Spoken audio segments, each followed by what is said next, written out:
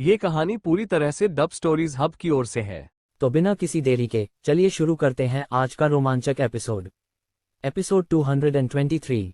नमस्कार देवियों और सज्जनों, मैं आपका मेजबान विवान हूं और मैं आपका स्वागत करता हूं BNL ब्रेकिंग न्यूज लाइव में। सीधे मुद्दे पर आते हैं। मैं एक ऐसी बात के बारे में बात करना चाहता हूं जो पहले कभी नहीं हुई, हमारे देश के इतिहास में पहली बार सभी मीडिया प्लेटफॉर्मों के सर्वर हैक कर लिए गए हैं। यह मायने नहीं रखता कि यह एक सोशल मीडिया प्लेटफॉर्म है या एक समाचार प्लेटफॉर्म। सभी को किसी ऐसे व्यक्ति ने हैक कर लिया है जिसके बारे में हमारे पास कोई जानकारी नहीं है। हैकर ने उन सभी साइबर सुरक्षा उपायों को बाईपास कर दिया जो उन कंपनियों के लिए काम कर रहे थे जो हैक की गई थीं। सबसे आश्चर्यजनक बात यह है कि कई विशेषज्ञों के एक साथ आने के बावजूद स्थिति की जांच करने में कोई परिणाम नहीं मिला, जबकि कई घंटे बीत चुके थे। वे सर्वरों को वापस लाने की कोशिश कर रहे थे, लेकिन आश्चर्यजनक रूप से सभी सर्वर उनके नियंत्रण में वापस आ गए। यह निश्चित रूप से उनके प्रयासों के कारण नहीं था, बल्कि इसलिए कि हैकर पहले ही अपने काम को पूरा कर चुका था। लेकिन सबसे आश्चर्यजनक बात यह थी कि हैकर को सर्वरों की आवश्यकता किसी बड़े काम के लिए नहीं थी, बल्कि ये केवल एक छोटे कैन फूड कंपनी के बारे में जानकारी फैलाने के लिए थी। गलतफहमी न करें दोस्तों, जो जानकारी दी गई थी वह कुछ अच्छी या विज्ञापन जैसी नहीं थी।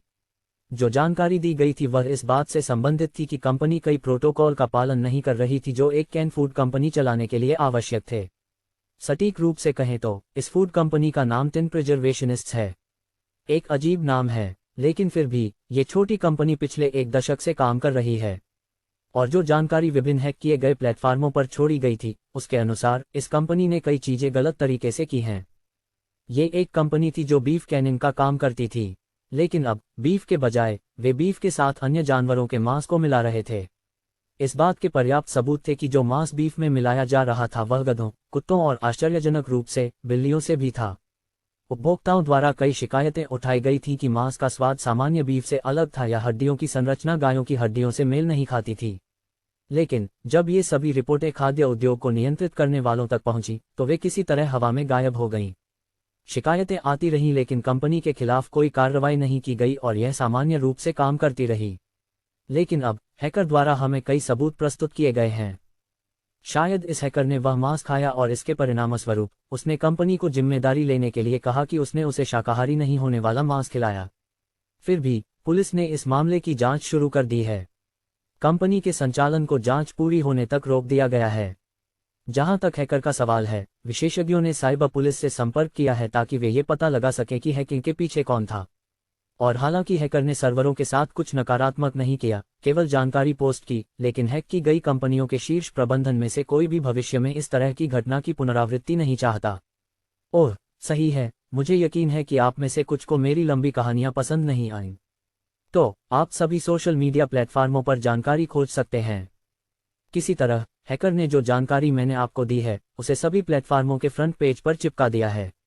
जैसे ही आप अपने फ़ोन पर ऐप्स खोलते हैं या अपने पीसी पर ब्राउज़र खोलते हैं, आपको ये सब देखने को मिलना चाहिए, जब तक कि आप अंधे न हों। आज की ब्रेकिंग न्यूज़ के लिए बस इतना ही। मैं आपका मेज़बान विवान था। जब कोई और दिलचस्प कहानी सामने आएगी तब फिर मिलेंगे। तब तक के लिए अलविदा। यही था पूरे अजीमा में सभी समाचार चैनलों का हाल। वे सभी एक ही घटना के बारे में बात कर रहे थे। वे सभी टिन प्रिजर्वेशनिस्ट्स के बारे में बात कर रहे थे, और सबसे ज्यादा ये था कि उन्होंने हर घंटे वही ब्रेकिंग न्यूज़ दोहराई। विवान, जो अपने विला में बैठा था, ने शांति से समाचार देखा।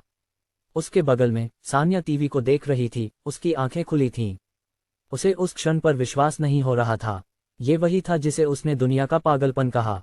रिमोट उसके हाथ में था, उसने चैनल बदलने की कोशिश की, लेकिन जो कुछ भी उसने किया उसे वही समाचार मिला। भले ही प्रस्तुतकर्ताओं द्वारा कोई प्रसारण नहीं हो रहा था, स्क्रीन के नीचे कई पंक्तियां चल रही थीं जो वही समाचार दे रही थी जो वह देख रही थी। विवान, क्या तुम इसके पीछे हो? सान्या ने विवान की ओर देखते हुए पूछा। हालांकि वह वास्तव में ऐसा नहीं चाहती थी, लेकिन उसके पास विवान पर संदेह करने के अलावा कोई चारा नहीं था, क्योंकि उसे पता था कि ये टिन प्रिजर्वेशनिस्ट्स हार्श परिवार की कंपनी थी। उसे और कुछ जोड़ने की जरूरत नहीं थी ये जानने के लिए कि यह विवान का काम था। आखिरकार केवल विवान ही था जिससे हार्श ने उसके माध्यम से पंगा लिया था, और उसके पास ये क्षमता थी कि वह सभी समाचार चैनलों को एक सप्ताह तक लगातार वही समाचार प्रस्तुत करने के लिए मजबूर कर सके। हाँ, ये पहले से ही एक सप्ताह हो चुका था जब विवान ने हार्श परिवार के खिलाफ कार्रवाई करने का निर्णय लिया। उसने कई प्लेटफार्मों को हैक किया और जो जानकारी उसने शोध से प्राप्त की थी उसे पोस्ट किया। फिर उसने सुनिश्चित किया कि वह सर्वरों को अपने नियंत्रण में लगभग 2 घंटे तक रखे, इससे पहले कि वे उन्हें वापस कर दें। हालांकि उस समय सर्वर उसके नियंत्रण में थे, उसने सुनिश्चित किया कि वह प्लेटफार्मों के प्रदर्शन से संबंधित किसी भी चीज को प्रभावित न करे, सिवाय उस समाचार के जो वह उन्हें बताना चाहता था। जिस कारण से उसने सर्वरों को लंबे समय तक अपने पास रखा और उन्हें ये महसूस कराया कि वह उनके विशेषज्ञों से कहीं अधिक सक्षम है। वह केवल उन्हें ये संदेश देना था कि उसकी क्षमताएं उनके विशेषज्ञों से कहीं अधिक हैं। इस तरह जो संदेश उसने उन्हें छोड़ा वह पूरी तरह से लागू किया जाएगा। उसने उन्हें सूचित किया कि उन्हें सुनिश्चित करना होगा कि उसने जो जानकारी छोड़ी है वह फैलती रहे, और ये तब तक दोहराई जानी चाहिए जब तक कि उसे न लगे कि ये पर्याप्त है। यदि वे ऐसा करने में विफल रहे तो वह उन्हें हर दिन होने वाले लाभ को खोने के लिए मजबूर करेगा जब तक कि वे उसकी बात नहीं मानते। हालांकि यह एक छोटी कंपनी की प्रतिष्ठा को नष्ट करने के लिए नकारात्मक जानकारी फैलाने के लिए थोड़ा अधिक लग सकता है, लेकिन उसके पास भविष्य की योजनाएं थीं। उसने बिना सोचे समझे कुछ नहीं किया। चूंकि वह सिस्टम का दुरुपयोग करने के इरादे से था, उसे ये सुनिश्चित करना था कि वह इसे सही तरीके से करे। विवान ने सान्या की ओर देखा जो उसकी ओर देख रही थी। वर्तमान में वह एक गीले टी शर्ट में थी। उसके बाल गीले थे क्योंकि वह अभी अभी स्नान करके लौटी थी। पिछले सप्ताह उसने जो प्रशिक्षण कार्यक्रम उसके लिए निर्धारित किया था उसका प्रभाव दिखने लगा था। उसने पिछले 7 दिनों से उसका प्रशिक्षण किया था। कैटलीन ने किसी तरह सान्या को कंपनी से मुक्त कर दिया था जब तक कि यह उसके तहत प्रशिक्षण से संबंधित था, और उसे मानना पड़ा कि सान्या में लड़ाई की एक विशेष प्रतिभा थी। हालांकि उसने केवल 1 सप्ताह तक प्रशिक्षण लिया था, उसकी प्रगति काफी बड़ी थी। यह आसानी से उन सैनिकों के साथ मेल खा सकता था जिन्होंने 1 महीने तक युद्ध कौशल का प्रशिक्षण लिया था। लेकिन फिर भी ये पर्याप्त नहीं था। हालांकि वह अब अपनी ताकत को आसानी से नियंत्रित कर सकती थी, जिसमें वह एक साथ 5 निम्न स्तर के अपराधियों का सामना कर सकती थी। अगर वह किसी ऐसे व्यक्ति से मिलती जो पहले से लड़ाई करना जानता था और शरीर को मजबूत करने वाले समाधान का सेवन कर चुका था, तो वह हार जाएगी। तुम बहुत खूबसूरत लग रही हो, विवान ने अपने चेहरे पर मुस्कान के साथ कहा। तुम क्या बकवास कर रहे हो, सान्या ने नाखुशी से कहा। हालांकि उसके चेहरे पर हल्की लालिमा ये बता रही थी कि वह निश्चित रूप से इस तारीफ से खुश थी। मैं कह रहा था कि तुम खूबसूरत लग रही हो, खासकर जब, विवान जो और विस्तार से बताना चाहता था उसे सान्या ने रोक दिया जब उसने रिमोट उसके चेहरे पर फेंक दिया। बेशक विवान ने रिमोट को पकड़ लिया इससे पहले कि वह उसे नुकसान पहुंचा सके। विवान, मैंने पूछा, क्या तुम इस पूरे हफ्ते चल रहे पागलपन के पीछे हो? सान्या ने फिर से पूछा। तुम्हें और कौन ऐसा कर सकता है? विवान ने मुस्कान के साथ पूछा। उसने इस बात से इनकार नहीं किया। वह निश्चित रूप से अपने किए पर गर्व महसूस कर रहा था। मैं समझती हूं कि तुम हर्ष और उसके परिवार से बदला लेने की कोशिश कर रहे हो, लेकिन क्या तुम्हें नहीं लगता कि तुम थोड़ा ज्यादा कर रहे हो? सान्या ने विवान की पुष्टि सुनने के बाद कहा। ज्यादा? बिल्कुल नहीं। वास्तव में यह उनके लिए केवल शुरुआत है। उनके लिए अभी और भी बहुत कुछ इंतजार कर रहा है। विवान ने सिर हिलाते हुए जवाब दिया। सान्या जानती थी कि उसने बस उसे गलत समझा है, इसलिए उसने अपनी बात को स्पष्ट किया। मैंने ज्यादा नहीं कहा, बल्कि मैं ये कहना चाहती थी कि तुम उन लोगों के लिए ज्यादा कर रहे हो जो टीवी चैनलों और अन्य मीडिया प्लेटफार्मों का संचालन कर रहे हैं। उसकी बात सुनकर विवान ने सिर हिलाया और जवाब दिया, यहाँ कुछ भी ज्यादा नहीं है मेरी प्रिय। ये प्लेटफॉर्म कभी न कभी स्वार्थी रहे हैं, इसलिए भले ही मैं स्वार्थी बनकर उनका उपयोग करूं, मुझे कोई अपराध बोध नहीं है।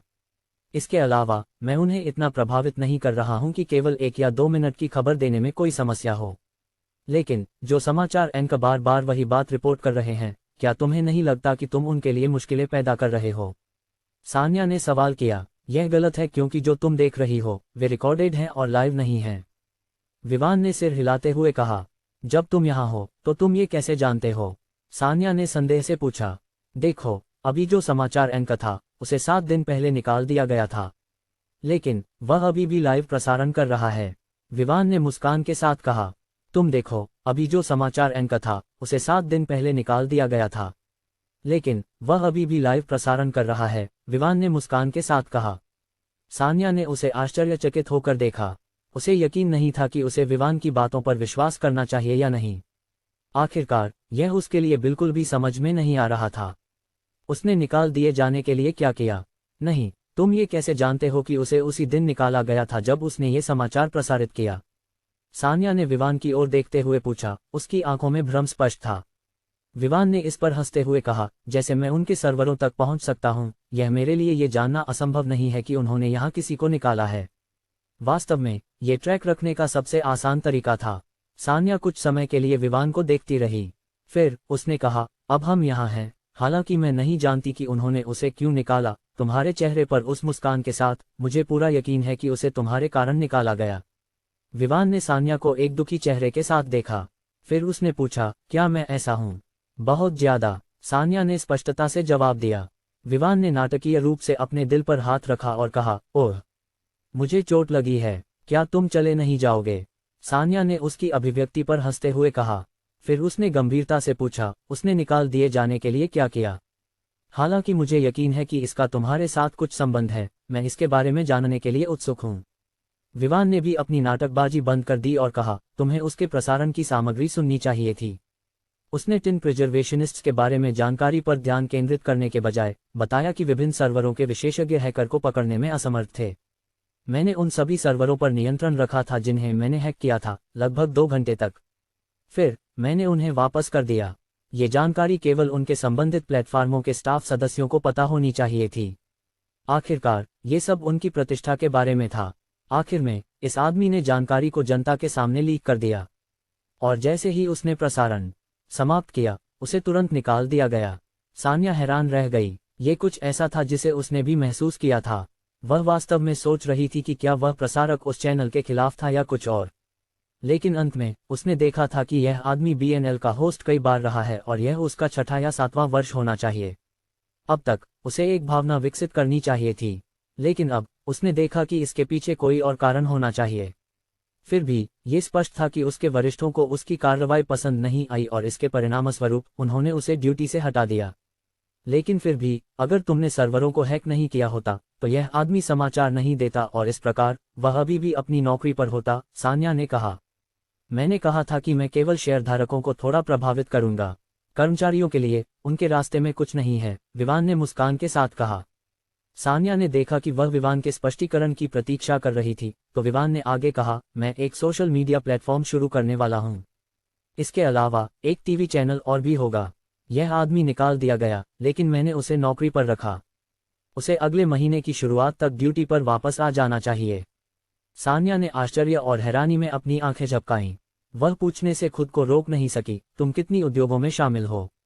वह पिछले 1 सप्ताह से विवान के विला में प्रशिक्षण के लिए आ रही थी, इसलिए उसे पता था कि शांति आवासीय क्षेत्र में मौजूद विला विवान के हैं। इसके अलावा उसे ये भी पता चला कि वह द रोज के 88% शेयरों का मालिक है, जिससे वह एकमात्र शेयरधारक बन गया। दूसरे शब्दों में उसने महसूस किया कि विवान कई उद्योगों में शामिल था। जितना अधिक वह उसके साथ थी, उतना ही उसे पता चला। हालांकि वह हमेशा हैरान होती थी, लेकिन उसे ये जानकर खुशी होती थी कि उसका आदमी इतना शक्तिशाली है। मुझ पर विश्वास करो जब मैं कहता हूं कि मैं सभी उद्योगों पर हावी होने वाला हूं। लेकिन ये कुछ ऐसा है जो थोड़ी देर बाद होगा। हालांकि यह बाद में है, इसका मतलब यह नहीं है कि यह बहुत दूर है।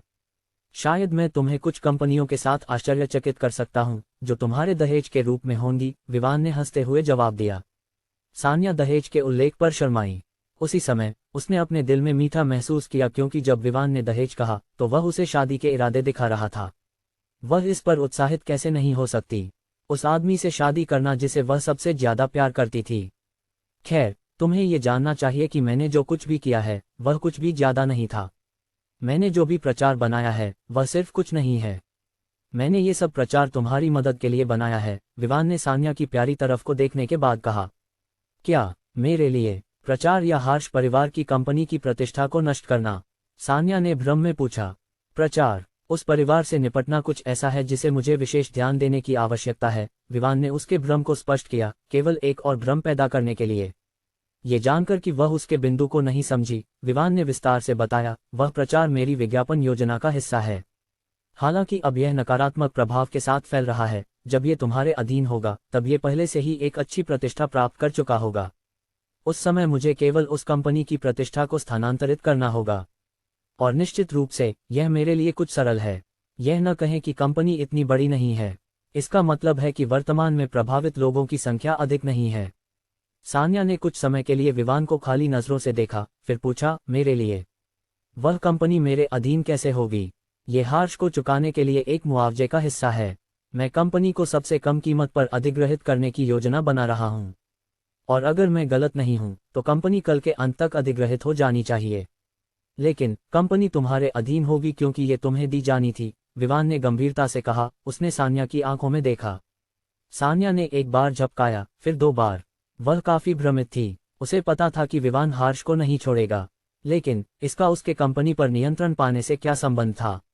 इस पर ज्यादा मत सोचो, बस जान लो कि यह आखिरी नहीं है। कुछ और कंपनियां तुम्हारे अधीन होंगी, इसलिए बहुत सारे काम के लिए तैयार रहो, विवान ने ये कहते हुए हंसते हुए कहा। अंत में सान्या केवल सिर हिलाकर रह गई। ऐसा लग रहा था कि उसे विवान से धीरे धीरे बहुत सारी जानकारी प्राप्त करनी होगी क्योंकि वह उसे प्रशिक्षण देना जारी रखेगा। एलिप्सिस। वेलनारो अब मेजर के सामने खड़ा था। मेजर, जो उसका प्रत्यक्ष सुपीरियर था, ने उसे बुलाया था। ये 1 सप्ताह पहले की बात थी जब मेजर ने कहा था कि वह कर्नल के साथ चर्चा करने वाला है। विवान ने पहले ही उस सप्ताह का शरीर को मजबूत करने वाला समाधान वितरित कर दिया था, जिसे पहले से ही उन सैनिकों को दिया गया था जिनके पास सबसे अधिक मेरिट थी और जो घायल थे। लेकिन निश्चित रूप से कुछ ऐसे भी थे जिन्होंने शरीर को मजबूत करने वाला समाधान प्राप्त किया था, हालांकि वे घायल नहीं थे। ये मुख्य रूप से वे थे जो सबसे जोखिम भरे मिशनों में भाग लेते थे और जो देश के प्रति वफादार माने जाते थे। वेलनारो, मैं चाहता हूं कि तुम उस विवान से संपर्क करो। अगर वह जल्द से जल्द यहां आ सके तो अच्छा होगा। जितनी जल्दी हम उसे भर्ती करेंगे, हमारे लिए उतना ही बेहतर होगा, मेजर ने अपने डेस्क के पीछे अपनी कुर्सी पर बैठे हुए कहा। जी सर, वेलनारो ने तुरंत सहमति दी। ये एक आदेश था जिसे उसने प्राप्त किया था और उसके पास असहमत होने का अधिकार नहीं था। लेकिन अगर कोई उसकी आंखों में देखता तो स्पष्ट रूप से उसमें संदेह का एक संकेत दिखाई देता। और निश्चित रूप से मेजर ने भी वेलनारो की आंखों में मौजूद उस संदेह को देखा। वह नहीं जानता था कि वेलनारो किस चीज पर संदेह कर रहा था, इसलिए उसने पूछने का निर्णय लिया। क्या तुम अपने संदेह को स्पष्ट कर सकते हो? वेलनारो ने थोड़ी शर्मिंदगी में खांसी ली। उसे अपनी भावनाओं और अभिव्यक्ति पर नियंत्रण रखना चाहिए था।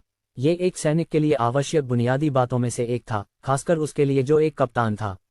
अगर उसने अन्य सैनिकों के सामने एक हमले के दौरान घबराए हुए चेहरे का प्रदर्शन किया तो ये निश्चित रूप से उन सैनिकों की मानसिकता को प्रभावित करेगा जो उसके अधीन थे। अंत में उसे इन सैनिकों की नज़रों में एक स्तंभ माना जाता था। फिर भी ये केवल इसलिए था कि वह इस आसान गोइंग मेजर के साथ काफी फ्री था कि उसने उस क्षण में अपनी भावनाओं को छोड़ दिया। फिर भी उसने उस शर्मिंदगी को काबू में किया और अपना जवाब दिया। मेजर, मैं जानना चाहता हूं कि क्या कर्नल ने आपके प्रस्ताव को स्वीकार किया है? वेलनारो ने अपने संदेह का एक हिस्सा प्रस्तुत किया। मेजर ने सवाल पर थोड़ी भौहें उठाईं। अंत में उसने फिर भी एक ईमानदार उत्तर दिया। हालांकि उसने प्रस्ताव को स्वीकार नहीं किया है, वह इस पर काफी सकारात्मक है। इसलिए उसने तय किया है कि उसे इस विवान से व्यक्तिगत रूप से मिलना होगा ताकि वह उसे परख सके। अगर विवान उस परीक्षण में पास हो जाता है जो उसने उसके लिए निर्धारित किया है, तो उसे सेना में एक पद दिए जाने में कोई समस्या नहीं होगी। वेलनारो इस विचार के प्रति कर्नल की सकारात्मकता से हैरान था। लेकिन मेजर, तुम जानते हो, विवान का यहाँ आना एक और बात है। उसे यहाँ लाना एक कठिन कार्य हो सकता है। मैंने पहले क्या कहा था? मैंने कहा था कि हम उसे ऐसे लाभ देंगे जिन्हें वह अस्वीकार नहीं कर सकेगा। इसलिए जब तक वह यहाँ पहुँचता है, तुम सब कुछ मुझ पर छोड़ सकते हो, मेजर ने कहा। इसके अलावा तुमने कहा कि उसे यहाँ लाना कठिन होगा, लेकिन असंभव नहीं। इसलिए मैं यह मानना चाहूंगा कि तुम उसे यहाँ लाने में सक्षम होगे, मेजर ने आगे कहा। जी मेजर, वेलनारो ने सिर हिलाया। तो यहाँ से बाहर निकलो और जल्दी से कार्य पूरा करो, मेजर ने कहा। जी मेजर, वेलनारो ने सलाम किया और फिर कार्यालय से बाहर चला गया। विवान ने सान्या को कंपनी स्वीकार करने के लिए समझाने और मनाने में अपना समय लिया। वह खाद्य उद्योग पर भी हावी होने की योजना बना रहा था, और यह मुख्य रूप से उन किराने की दुकानों के माध्यम से था जो वर्तमान में शीतल द्वारा चलाई जा रही थीं। शीतल ने अच्छा काम किया था क्योंकि विवान को श्रेयंका से जानकारी मिली थी कि किराने की दुकानें पहले ही अन्य शहरों में फैलने लगी थीं। शीतल ने विभिन्न शहरों में कई शाखाएं खोलने का सुनिश्चित किया। उसने एक अच्छी संख्या में लोगों को नौकरी पर रखा और इससे भी महत्वपूर्ण बात यह है कि उसने विवान से कहा कि वह आकर उसके काम का निरीक्षण करे। लेकिन चूंकि वह व्यस्त था, विवान के पास श्रेयंका को वहां भेजने के अलावा कोई विकल्प नहीं था। इस तरह वह काम और शीर्ष प्रबंधन के हिस्से के रूप में कर्मचारियों का निरीक्षण कर सकती थी। अपनी क्षमताओं और कौशल के साथ उसने कुछ लोगों को खोज निकाला जो मूल रूप से उभरते उद्यम के बारे में जानकारी इकट्ठा करने के लिए वहां थे।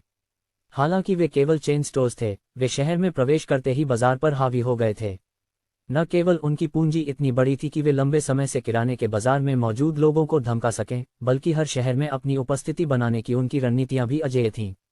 पहले उन्होंने कभी भी कोई अन्य किराने की दुकान शुरू नहीं की। इसके बजाय उन्होंने उन किराने की दुकानों को खरीदने की पेशकश की जो उस विशेष शहर में पहले से ही बाजार में हावी थीं। बेशक कई लोग अपनी किराने की दुकानें बेचने के लिए तैयार नहीं होंगे, लेकिन जो राशि किराने की दुकानों को खरीदने के लिए पेश की गई थी वह इतनी आकर्षक थी कि कई लोगों ने हार मान ली। उनके मन में केवल यही चल रहा था, हालांकि मैं कुछ ऐसा खो रहा हूं जिसे मैंने इतनी मेहनत से खड़ा किया था। इस राशि के साथ मुझे कुछ और शुरू करने और सफल होने में सक्षम होना चाहिए। अंत में कोई नुकसान नहीं है। जिन लोगों ने अपनी किराने की दुकानें बेचने पर अडिग रहने का निर्णय लिया, उन्हें कभी भी ऐसा करने के लिए मजबूर नहीं किया गया, लेकिन उन्हें कठिन प्रतिस्पर्धा के लिए तैयार रहना था। हालांकि अन्य किराने की दुकानों को खरीदने से उनकी प्रतिस्पर्धियों की संख्या कम हो गई, ये भी सच था कि एक निश्चित प्रतिस्पर्धी था जो हर किराने की दुकान को खरीदने के साथ मजबूत होता जा रहा था। अंत में ये बेची गई किराने की दुकानें अपने व्यवसाय करियर में सबसे बड़ी प्रतिस्पर्धा का सामना कर रही थीं। यह न केवल था कि नए प्रतिस्पर्धी के तहत किराने की दुकानों में बेची गई चीजें कम कीमत पर थीं, बल्कि प्रतिस्पर्धियों को नष्ट करने के लिए प्रयुक्त सभी अन्य साधन बेकार थे।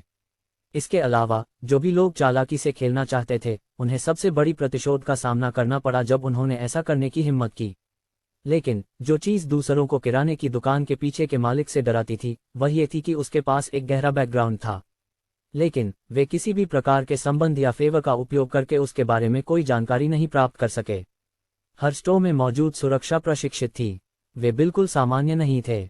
इसलिए जब भी कोई लोग स्टोर में अराजकता पैदा करने की कोशिश करते थे, उनकी किस्मत हमेशा मिजरेबल होती थी। किराने की दुकानों के उकसाने के परिणामस्वरूप सभी किराने की दुकानों के मालिक अंततः पीड़ित हो गए। नए किराने की चेन स्टोर्स द्वारा लिया गया प्रतिशोध यह था कि उन्होंने अपनी किराने की दुकानों में बेची गई सभी चीजों की कीमत खरीद मूल्य तक कम कर दी। इस तरह वे नुकसान में जाएंगे, लेकिन फिर भी अन्य किराने की दुकानें अपने ग्राहकों को एक के बाद एक खोती गईं। पहले उन्होंने सोचा कि किराने की दुकानें पैसे की कमी और हो रहे नुकसान के कारण बंद हो जाएंगी। अंत में समय बीतता गया क्योंकि किराने की चेन स्टोर्स की लोकप्रियता और ग्राहक बढ़ते गए, और अन्य ये जानकर कि वे असफल होने वाले हैं, उन्हें मजबूरन अपनी किराने की दुकानें बेचनी पड़ीं। लेकिन इस बार जो कीमत उन्हें दी गई थी वह बाजार मूल्य से थोड़ी कम थी, और हालांकि वे असंतुष्ट थे, उनके पास उस प्रस्ताव को स्वीकार करने के अलावा कोई चारा नहीं था। अंत में अगर उन्होंने किराने की दुकानें नहीं बेची तो वे खुद बंद होने वाले थे, क्योंकि वे पूंजी के मामले में तुलना नहीं कर सकते थे। दूसरी ओर श्रेयंका ने उन सभी से निपटा जो किराने के विभाग में जासूस के रूप में कार्य करने की हिम्मत करते थे। उसने सुनिश्चित किया कि वह उन्हें वापस उस व्यक्ति तक ट्रैक करे जिसने उन्हें भेजा था, और कम से कम कहने के लिए उन्होंने सभी को बहुत पीड़ा दी। प्रतिष्ठा, पिटाई और यहाँ तक कि उनके व्यवसाय में नुकसान, ये केवल उसके काम करने की गति थी, और वह किसी को भी अपने मालिक के व्यवसाय के साथ छेड़छाड़ करने की अनुमति नहीं देती थी। इस प्रकार शीतल ने विवान से अधिक पैसे प्राप्त करना जारी रखा क्योंकि वह अन्य शहरों में विस्तार करती रही। मूल रूप से चेन स्टोर्स कुछ ऐसा बन गए थे जो बिना किसी रोग के फैलने वाले वायरस के समान थे। अन्य शहरों को इस नए किराने की चेन स्टोर्स के बारे में जानकारी मिली थी जो पहले ही बाजार पर हावी हो चुकी थी।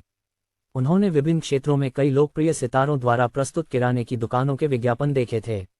यह मायने नहीं रखता था कि ये संगीत, फिल्में, फुटबॉल, बास्केटबॉल, टेनिस, एथलेटिक्स आदि था। इन सभी क्षेत्रों के सितारों का उपयोग किराने की दुकान के विज्ञापन के लिए किया गया था। इसलिए जब तक किराने की चेन स्टोर्स उनके विशेष शहरों में नहीं पहुंची, कई किराने के मालिक पहले से ही उनसे संपर्क करने लगे ताकि वे अपनी किराने की दुकानें बेच सकें। इस तरह वे किराने की दुकानों के लिए सबसे अधिक कीमत प्राप्त कर सकते थे। और सच में शीतल बिल्कुल भी कंजूस नहीं थी। न केवल उसके अधीन कर्मचारी अच्छे वेतन प्राप्त कर रहे थे, उनके प्रदर्शन के आधार पर उसने अन्य किराने के मालिकों को भी परेशान नहीं किया। इस तरह वह सुनिश्चित करती थी कि वह जितने कम दुश्मन बनाएगी उतना ही बेहतर होगा। लेकिन इसका मतलब यह नहीं था कि वह आक्रामक होने से डरती थी अगर इसकी आवश्यकता होती। पैसे की आपूर्ति, सुरक्षा और विज्ञापन के साथ, इसके अलावा विवान द्वारा उसे दी गई स्वतंत्रता के साथ, शीतल ये सुनिश्चित करने के लिए पूरी कोशिश कर रही थी कि वह सबसे लोकप्रिय किराने की चेन स्टोर्स बनाने वाली हो। बस एक महीने के भीतर जब विवान ने उसे अन्य शहरों में किराने के विभाग को फैलाने का कार्य सौंपा, उसने 10 से अधिक शहरों में फैलने में सफलता प्राप्त की। इसके अलावा उसने उनमें से 6 पर हावी हो गई। इन शहरों में सबसे बड़ी किराने की दुकान बन गई। जहां तक विवान द्वारा खरीदी गई कारों का सवाल था, ये हर शहर में किराने की दुकानों के प्रभारी व्यक्ति को दी गई थीं। इसका कारण यह था कि इससे उन्हें ये सुनिश्चित करने में सुविधा होगी कि अगर उनके प्रबंधित किराने की दुकानों में कोई समस्या हो। इनकोट शहर, जो इस सब का स्रोत था, वह जगह थी जहां उसने जॉर्ज को संभालने के लिए छोड़ दिया था।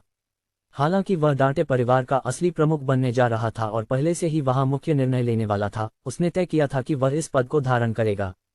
हालांकि वह एक रेसिंग उत्साही था, इसका मतलब यह नहीं था कि उसे व्यवसाय प्रबंधन के बारे में कुछ नहीं पता था।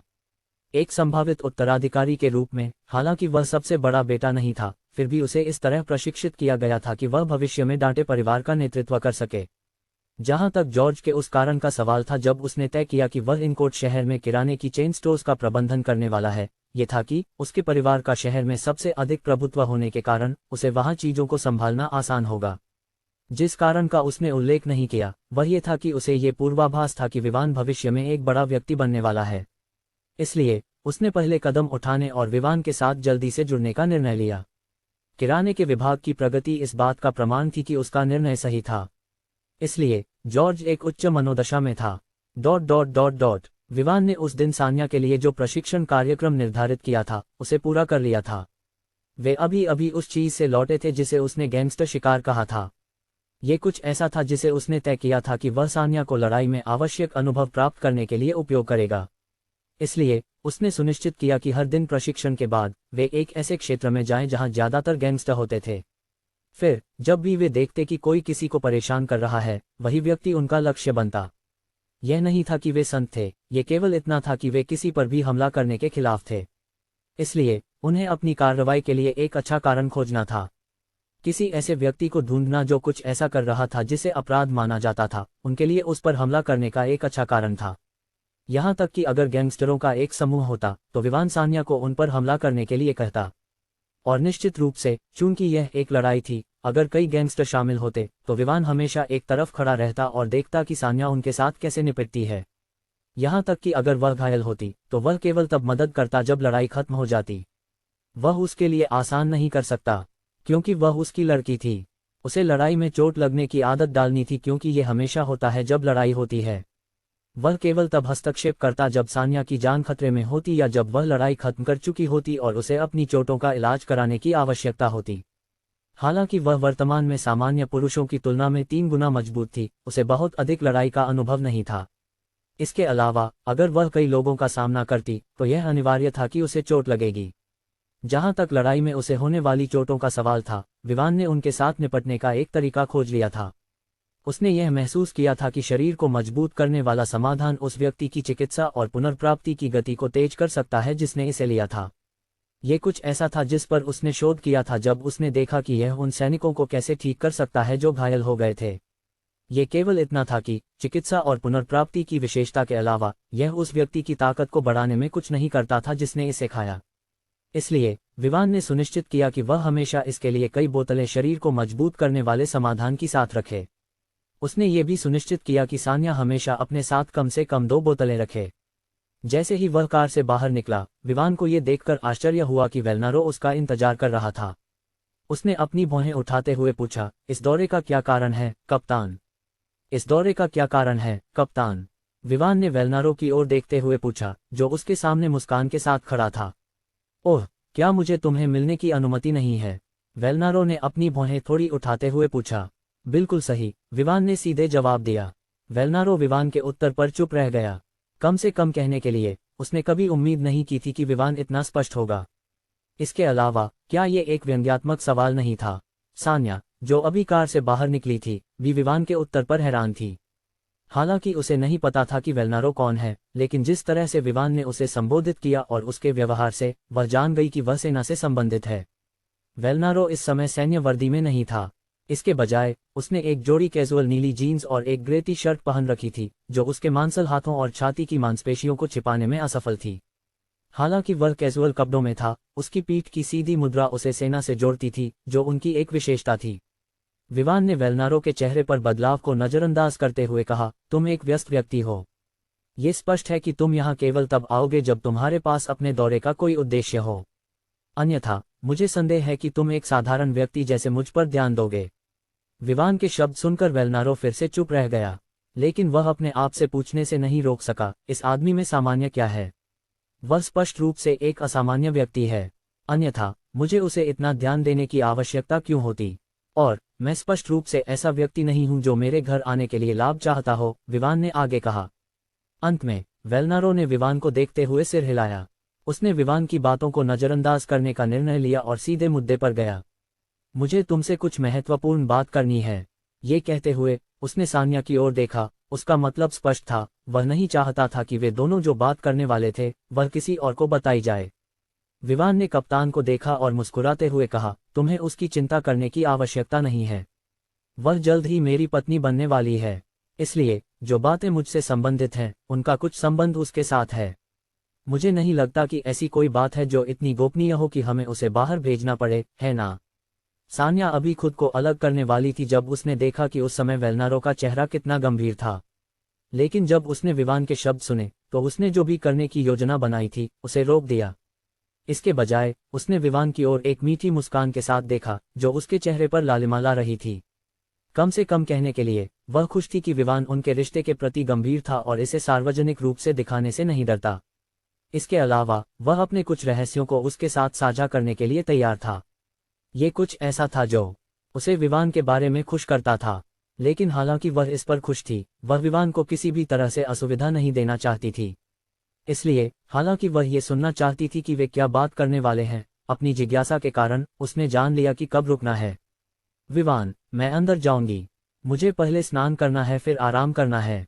सान्या ने सबसे उचित बहाना बनाते हुए वहां से निकलने की कोशिश की, और इससे पहले कि विवान कुछ कह पाता वह पहले ही दौड़ गई। अंत में विवान केवल मुस्कुरा सका और सोचने लगा कि उसकी लड़की कितनी समझदार है। अहेम, वेलनारो ने विवान का ध्यान आकर्षित करने के लिए थोड़ी खांसी ली।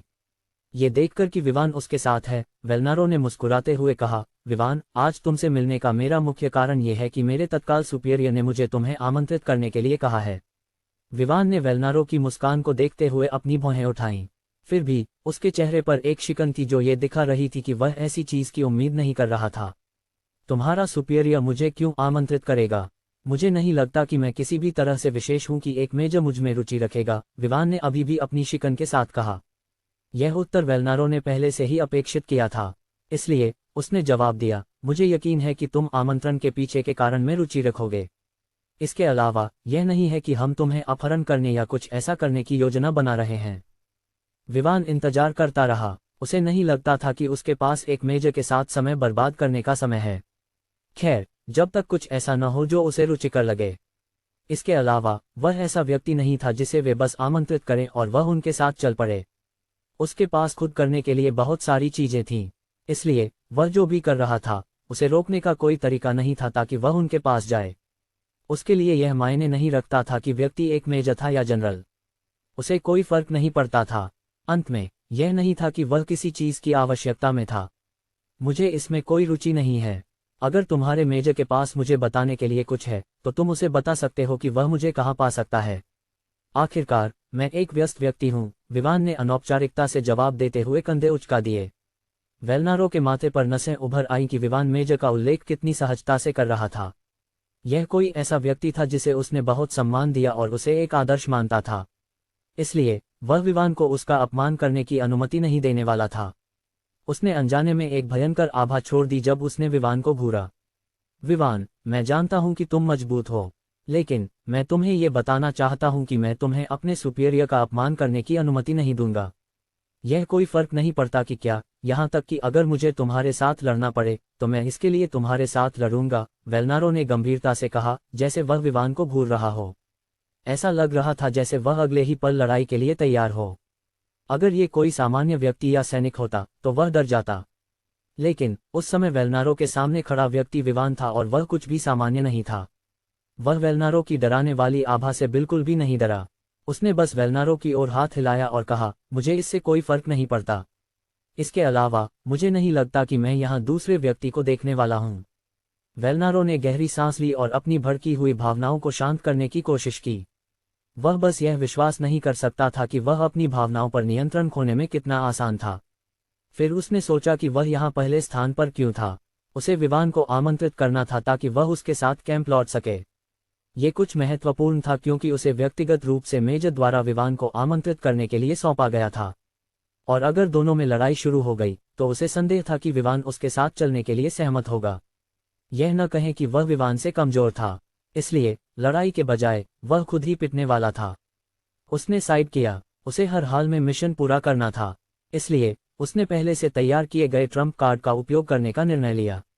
मुझे पता है कि तुम एक व्यस्त व्यक्ति हो, लेकिन मुझे तुम्हें सूचित करना है कि मैंने तुम्हें हमारे कैंप में आने के लिए कहा है। इसके अलावा यह मेजर की मांग है, इसमें ग्लेज होटल की घटना से संबंधित मुद्दा भी है। हमने बहुत सारी जांच की है लेकिन अब हम फंस गए हैं।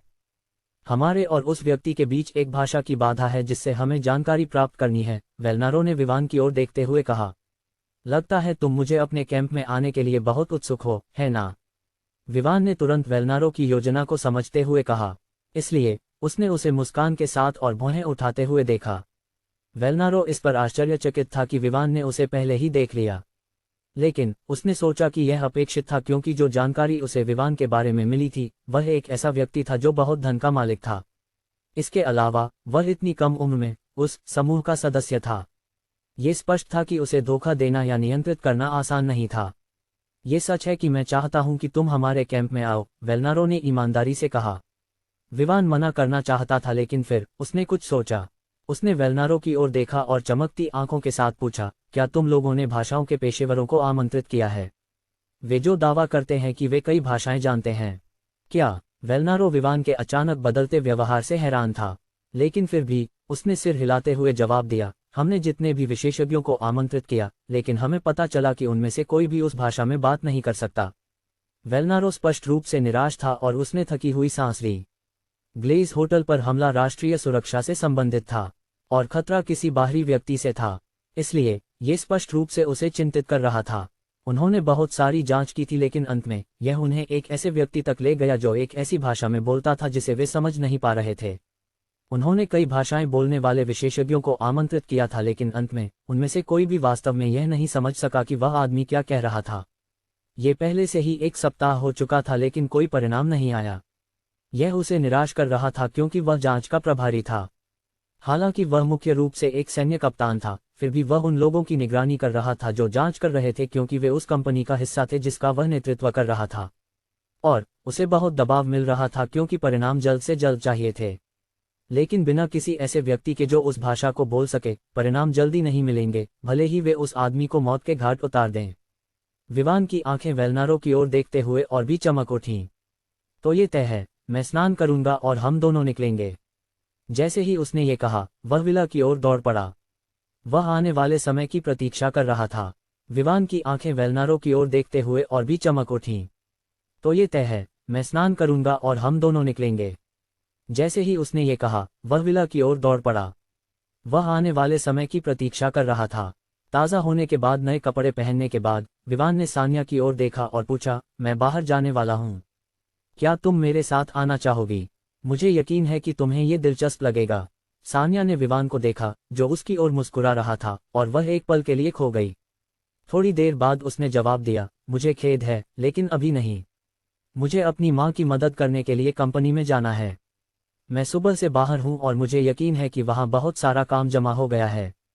चलो, ऐसा नहीं है कि हम वहाँ लंबे समय तक रहने वाले हैं। मैं सुनिश्चित करूँगा कि हम वहाँ ज़्यादा समय नहीं बिताएंगे। विवान थोड़े निराश हुए और उसे अपने साथ जाने के लिए मनाने की कोशिश की। कम से कम वह उसकी कंपनी की सराहना करता, खासकर जो वह करने वाला था। सानिया ने जाने के बारे में अपनी बात पर अडिग रही। हालांकि फेथ अब वापस आ गई है और वह बहुत मदद कर रही है, फिर भी वह अभी भी उस काम के बोझ को कम करने के लिए पर्याप्त नहीं है जो हाल ही में हम जीत रहे कई अनुबंधों के कारण है। हालांकि अनुबंधों के बारे में सोचना मुझे खुश करता है, मैं उस काम के बोझ की शिकायत नहीं कर सकती जो इसके साथ आता है। विवान ने अंत में साइड किया। चूंकि वह व्यस्त होने वाली थी तो वह उसे अपने साथ जाने के लिए मजबूर नहीं कर सकता था। इसके अलावा उसके पास करने के लिए चीजें थी जो उसके लिए महत्वपूर्ण थीं, इसलिए उसे अपने काम करने देना पड़ा। ठीक है, मुझे उम्मीद है कि तुम खुद को ज्यादा काम नहीं करोगी, ठीक है? आखिरकार तुम पहले आती हो, विवान ने सानिया की आंखों में सीधे देखते हुए कहा। उसकी स्पष्ट चिंता ने सानिया के दिल को गर्म कर दिया, इसलिए उसने उसे एक मुस्कान दी और कहा, तुम्हें चिंता करने की जरूरत नहीं है। मैं खुद को ज्यादा थका नहीं दूंगी।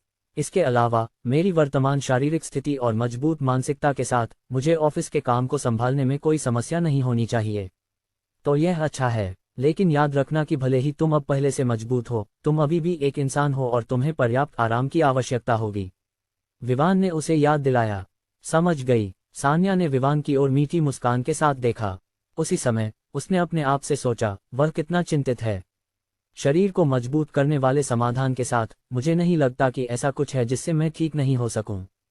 उसने जो जीनियस दवा बनाई है, जब तक यह अन्न कटने का मामला नहीं है, ये सभी शारीरिक चोटों और मानसिक थकान को ठीक कर सकता है।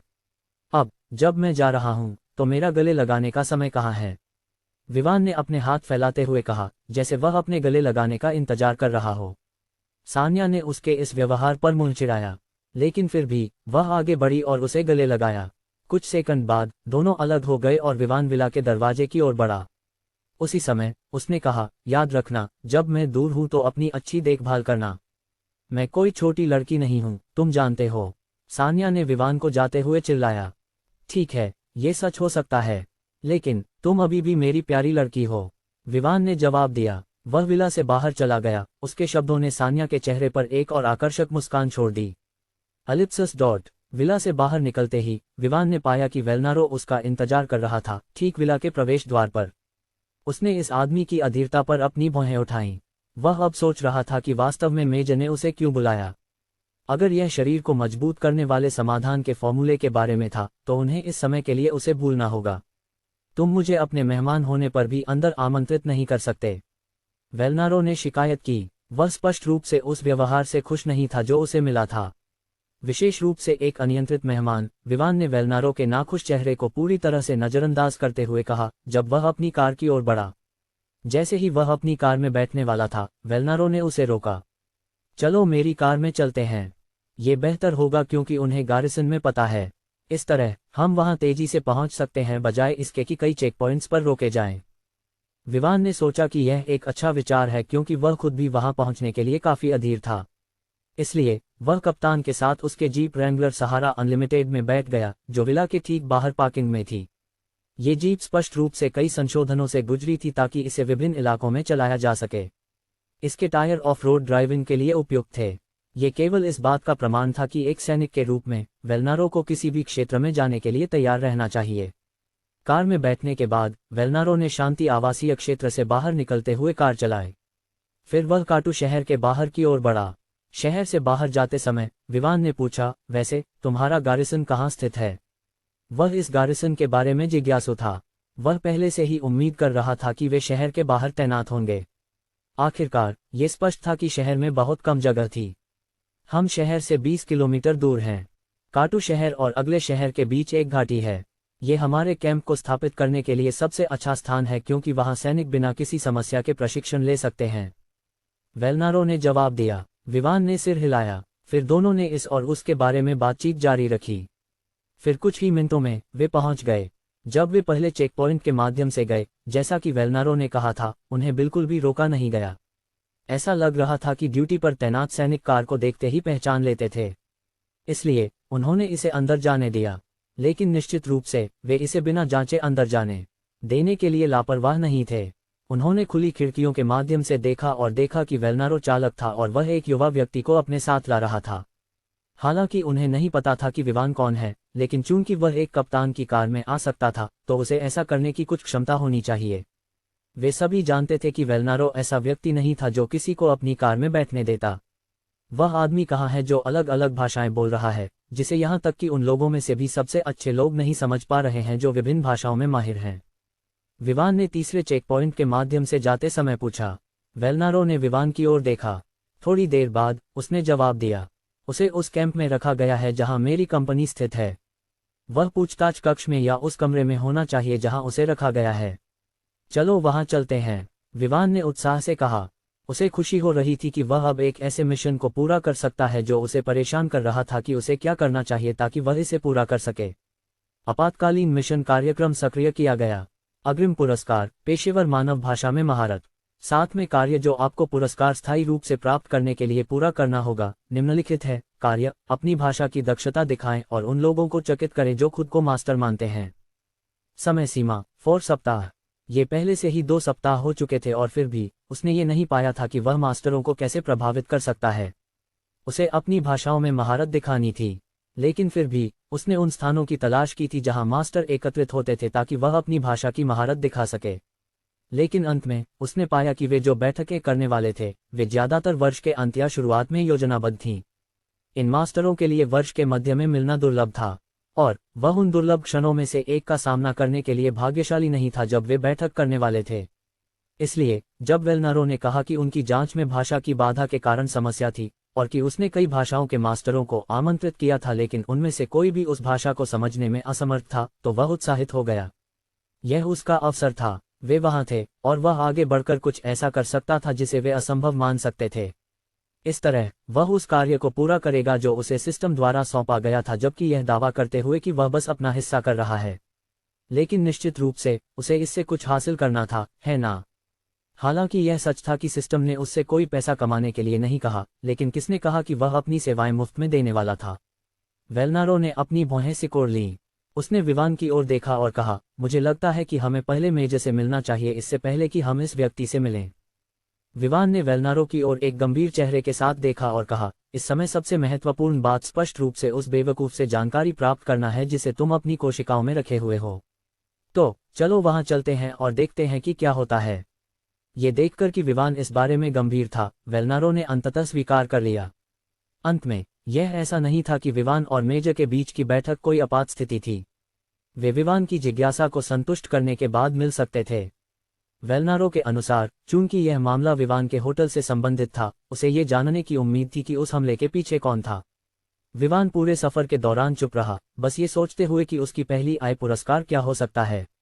उसी समय उसने उन इमारतों को देखा जो वे पार कर रहे थे जब वे गारिसन के अंदर गहरे जा रहे थे। यहाँ की इमारतों से विवान यह निष्कर्ष निकाल सकता था कि यह सैनिकों का स्थायी स्टेशन था। हालांकि वे इस क्षेत्र को कई मिशनों को पूरा करने के लिए छोड़ सकते थे, वे अंततः यहाँ वापस आ जाते थे क्योंकि यहाँ कई प्रशिक्षण सुविधाएं थीं जो विवान ने यहाँ आने के रास्ते में देखी थीं। इसके अलावा यहाँ का माहौल केवल स्वागत करने वाला था। सैनिकों द्वारा प्रशिक्षण के दौरान उत्पन्न होने वाली भयंकर आभा निश्चित रूप से एक ऐसे व्यक्ति को डरा देगी जिसने पहले कभी युद्ध का अनुभव नहीं किया हो। लगभग 10 मिनट बाद वे अंततः एक इमारत के सामने पहुंच गए। वेलनारो ने कार को इस इमारत के बाहर खड़ी एक सैन्य जीप के बगल में पार्क किया। जैसे ही वह कार से बाहर निकला, उसने विवान की ओर मुस्कुराते हुए कहा, द रिपल्स गारिसन में आपका स्वागत है, 11वीं कंपनी का बेस। विवान ने कार से बाहर निकलते ही कुछ नहीं कहा और चारों ओर देखा। उसने देखा कि इस क्षेत्र में उन बाहरी क्षेत्रों की तुलना में अधिक सैनिक थे जहां वे अभी आए थे। इसके अलावा ये क्षेत्र मुख्य रूप से झाड़ियों और घास से ढका हुआ था। उसने देखा कि जहां वे थे वहां से थोड़ी दूर सैनिक गर्म दोपहर की धूप में प्रशिक्षण ले रहे थे। वेलनारो ने उन्हें उस स्थान की ओर ले जाना शुरू किया जहां वे उस व्यक्ति को रोक रहे थे जिसे वे बेकार कोशिशों से पूछताछ करने की कोशिश कर रहे थे। ये स्थान यहाँ के सबसे बड़े भवन के अंदर था जो पूरे कैंप में मौजूद था। इसमें 4 मंजिलें थीं लेकिन यह एक बड़े भूखंड पर फैला हुआ था। जब वे भवन में प्रवेश किए, वेलनारो ने उन्हें भूमिगत सीढ़ियों के माध्यम से एक भूमिगत बेसमेंट की ओर ले गया। ये ठीक उसी तरह था जैसे कल्पनाओं या पुराने समय में पाए जाने वाले कालकोठरी। विवान को सैन्य कैंप में कालकोठरी की उपस्थिति से ज्यादा आश्चर्य नहीं हुआ। छोटे छोटे सेल्स में कई लोगों को देखकर विवान जान गया कि यही वे लोग हैं जिन्हें वे अपने कैदियों के रूप में रखते हैं। एक अच्छी रोशनी वाले लंबे गलियारे में चलते हुए वे एक दरवाजे के सामने पहुंचे। बिना खटखटाए वेलनारो ने दरवाजा खोला और अंदर चला गया, जबकि विवान उसके पीछे आया। जैसे ही विवान कमरे में कदम रखा, उसने पाया कि कमरा काफी बड़ा है, लगभग 200 स्क्वायर मीटर्स। इस कमरे के अंदर सब कुछ सफेद था, दीवारें, फर्श और छत। ये एक कालकोठरी होने के बावजूद कमरा साफ सुथरा था। कमरे के अंदर एक लंबा धातु का टेबल था। इसके अलावा वहां 3 कुर्सियां थीं। एक कुर्सी अन्य 2 की ओर मुड़ी हुई थी। सभी कुर्सियां टेबल के चारों ओर थीं, जो आयताकार टेबल के 2 लंबे किनारों पर स्थित थीं। एकमात्र कुर्सी जो कमरे के प्रवेश द्वार की ओर थी, उस पर एक आदमी बैठा था। उसके हाथों को हथकड़ी लगाई गई थी और वे टेबल से एक चेन के माध्यम से जुड़े हुए थे। वह आदमी लंबी और बेतरतीब दाढ़ी रखता था। उसके बाल इतने लंबे थे कि कोई सोच सकता था कि वह जंगल में रह रहा है जहां बाल काटने के लिए कोई कैंची या क्लिप नहीं है। उसकी नीली आंखें शरारत और दृढ़ता से चमक रही थीं। वह वर्तमान में एक भूरे रंग की एप्रन पहने हुए था, जिसमें से कुछ बटन छाती के क्षेत्र में खुले थे, जो उसके नीचे पहने हुए पीले टी शर्ट को उजागर कर रहे थे। जैसे ही उसने दरवाजा खुलने की आवाज सुनी, उसने सीधे वेलनारो की ओर देखा। उसने एक पल के लिए उसे देखा, फिर अपनी नज़र विवान की ओर मोड़ दी, जो उसके बाद अंदर आया। उसने विवान की आंखों में कुछ समय के लिए देखा, फिर अपनी नज़र हटा ली। लेकिन फिर भी उसने उसके बाद एक भी शब्द नहीं कहा। विवान ने उस आदमी को देखा और फिर वेलनारो की ओर देखते हुए पूछा, क्या यह आदमी हमेशा यहाँ सोता है या आप उसे कहीं और ठहरने के लिए ले जाते हैं? विवान इस बारे में जिज्ञासु था क्योंकि उसने यहाँ रहने वाले व्यक्ति के बारे में कुछ भी नहीं देखा। चूंकि यह व्यक्ति उस हमले के बारे में जानकारी रखने वाला था जो ब्लेज होटल पर हुआ था, जो राष्ट्रीय सुरक्षा के लिए खतरा था, विवान को आश्चर्य नहीं होता अगर वे इस आदमी को 1 या 2 दिन तक उस कुर्सी पर रहने देते। नहीं, वास्तव में ये केवल बुनियादी पूछताछ कक्ष है। यहाँ पूछताछ पूरी होने के बाद संदिग्ध को एक ऐसे क्षेत्र में ले जाया जाएगा जहां वह रहेगा। वेलनारो ने सिर हिलाते हुए जवाब दिया। विवान ने सिर हिलाया और कमरे का अवलोकन करना जारी रखा। उसने देखा कि कमरे में कई कैमरे स्थापित थे। ये स्पष्ट रूप से पूछताछ को रिकॉर्ड करने के लिए था। तो हमें किससे शुरू करना चाहिए? विवान ने उस आदमी की ओर देखते हुए पूछा, जो अपनी ही दुनिया में खोया हुआ था, पूरी तरह से उनकी उपस्थिति को नजरअंदाज कर रहा था। वह बस अपनी हथकड़ियों और चेन के साथ खेल रहा था। बस थोड़ी देर इंतजार करो, कुछ लोग हैं जिन्हें मैंने आने के लिए कहा है, वेलनारो ने कहा, जबकि वह इंतजार कर रहा था। उसके विचारों के अनुसार विवान यहाँ आने पर इसीलिए जोर दे रहा था क्योंकि वह उनकी जांच के परिणामों पर विश्वास नहीं कर रहा था। इसलिए उसने उन लोगों को आमंत्रित करने का निर्णय लिया जो पूछताछ के प्रभारी थे। इस तरह पूछताछ विवान की उपस्थिति में की जा सकती थी। इस तरह उसे ये संदेह नहीं होता कि वे क्या कह रहे हैं। विवान की भौहें उठी जब उसने सोचा कि वे किसका इंतजार कर रहे हैं। लेकिन वह खुश होगा अगर वे भाषाओं के मास्टर होते। वह उन्हें प्रभावित करना चाहता था और यही कारण था कि उसने अभी तक उस आदमी के साथ संवाद करने की कोशिश नहीं की थी। वह अपने संदेह को व्यक्त करने वाला था जब अचानक उसे उनके पास आते हुए कदमों की आवाज़ सुनाई दी। और जिस आवाज़ को उसके कान सुन रहे थे, उससे ऐसा नहीं लग रहा था कि 1 या 2 लोग हैं, बल्कि यह एक बड़ा समूह था। सही समय पर एक समूह जिसमें 1 दर्जन से अधिक लोग शामिल थे, कमरे में प्रवेश किया। वे विभिन्न उम्र के लोगों से मिलकर बने थे। वहां युवा और ऊर्जावान सैनिक थे, जो वेलनारो के 2 उपकप्तान थे। फिर एक और समूह था जिसमें मध्य आयु के और बूढ़े पुरुष और महिलाएं थीं। विवान तुरंत ये समझ गया कि वे मास्टर हैं जिन्हें सेना ने नियुक्त किया था। इस समूह में कुल मिलाकर 15 लोग थे, उपकप्तानों के अलावा। उनमें से 9 पुरुष और 6 महिलाएं थीं। समूह का अधिकांश हिस्सा वृद्ध था, जिसमें कुल 11 लोग थे जो कम से कम 50 वर्ष के थे। जब समूह कमरे में आया तो वे कमरे में फैल गए। केवल 2 लोग कमरे में मौजूद कुर्सियों पर बैठे। फिर वे सभी वेलनारो की ओर देख रहे थे और उसके निर्देशों की प्रतीक्षा कर रहे थे। जब उन्होंने देखा कि सब कुछ तैयार है, वेलनारो ने समूह में सबसे बूढ़ी महिला की ओर सिर हिलाया। इसके अलावा विवान के अवलोकन के अनुसार जिस तरह से उस महिला के साथ व्यवहार किया जा रहा था, ये संकेत करता था कि वह समूह की नेता थी। मैं कुल 6 भाषाएं धारा प्रवाह बोल सकती हूँ। अज़ीमिनियन मूलभूत है क्योंकि यह मेरा देश है। अन्य है अंग्रेजी, फ्रेंच, स्पेनिश, जर्मन और बम्बियन। मैंने सुनिश्चित किया कि मैंने अन्य 4 सीखी हैं, जो यहाँ अज़िमा में शायद ही कभी उपयोग की जाती हैं। बूढ़ी महिला ने विवान की ओर देखते हुए कहा। ऐसा लग रहा था कि उसे सूचित किया गया था कि वह यहाँ पूछताछ की प्रगति देखने आया है। मैं यहाँ केवल एकमात्र व्यक्ति नहीं हूँ जो विभिन्न भाषाएं बोल सकता है। यहाँ सभी लोग कम से कम एक भाषा बोल सकते हैं जिसे हम में से कोई भी नहीं बोल सकता, हालांकि हमने इसके बारे में सुना है। महिला ने कहा, जबकि उसने अन्य लोगों की ओर इशारा किया और उस बूढ़े आदमी की ओर भी जो उसके बगल में बैठा था। महिला फिर आगे बढ़ी और अन्य लोगों का परिचय दिया, जबकि प्रत्येक ने उस भाषा या भाषाओं का उल्लेख किया जो कमरे में उनके लिए अद्वितीय थीं। बेशक विवान आसानी से वहां मौजूद अधिकांश लोगों की आवाज़ों में असंतोष का पता लगा सकता था, विशेषकर युवा लोगों में। ये स्पष्ट था कि वे उस व्यक्ति को रिपोर्ट देने से असंतुष्ट थे जो उनसे छोटा था। लेकिन फिर भी उनमें से किसी ने भी इसे जोर से नहीं कहा। परिचय के बाद महिला ने फिर उस दाढ़ी वाले आदमी की ओर देखा जो उसके बगल में बैठा था और अज़ीमिनियन में पूछा, तुम्हारा नाम क्या है? दाढ़ी वाले आदमी ने महिला की ओर देखा और एक ऐसी भाषा में सवाल पूछा जिसे वे समझ नहीं सके। क्या तुम भी हमारे साथ हो? महिला ने और कुछ नहीं कहा और फिर से पूछा, तुम कहाँ से हो? अगर तुम मुझसे कुछ पूछोगे तो मैं तुम्हें समझाने की कोशिश करूंगा, लेकिन अगर तुम सही तरीके से नहीं समझाओगे तो मैं तुम्हें ठीक से उत्तर नहीं दे पाऊंगा। दाढ़ी वाले आदमी ने जवाब दिया, और पहले की तरह उसने एक ऐसी भाषा में बात की जिसे वे बिल्कुल भी नहीं समझ सके। महिला ने अंतिम सवाल पूछा, तुम उस हमले से कैसे संबंधित हो जो लगभग 2 सप्ताह पहले हुआ था? हे भगवान, तुमने मुझे क्या कहा? क्या तुम मुझसे कुछ कहना चाहते हो? खैर, तुमने जो पूछा है मैं उसका उत्तर देने की कोशिश करूंगा। हालांकि यह मुश्किल है।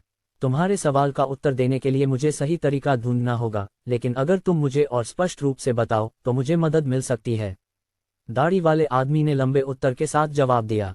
महिला ने फिर विभिन्न भाषाओं में सवाल पूछने की कोशिश की, लेकिन कोई भी वह जो भी कह रही थी उसे समझ नहीं पाई। अन्य लोगों ने भी वही किया जो उनके लिए अद्वितीय भाषा में था, लेकिन फिर भी उनके उत्तर उस भाषा में नहीं थे जिसमें वे सवाल पूछ रहे थे। अंत में बूढ़ी महिला केवल अपने कंधे उचकाकर वेलनारो और विवान की ओर देखती है, यह संकेत करते हुए कि वह नहीं समझ पा रही है कि वह क्या कह रहा है। वेलनारो ने दूसरी ओर विवान की ओर देखा, उसकी राय का इंतजार कर रहा था, और इसी क्षण उसने देखा कि विवान उस दाढ़ी वाले आदमी को देखते हुए चुप था।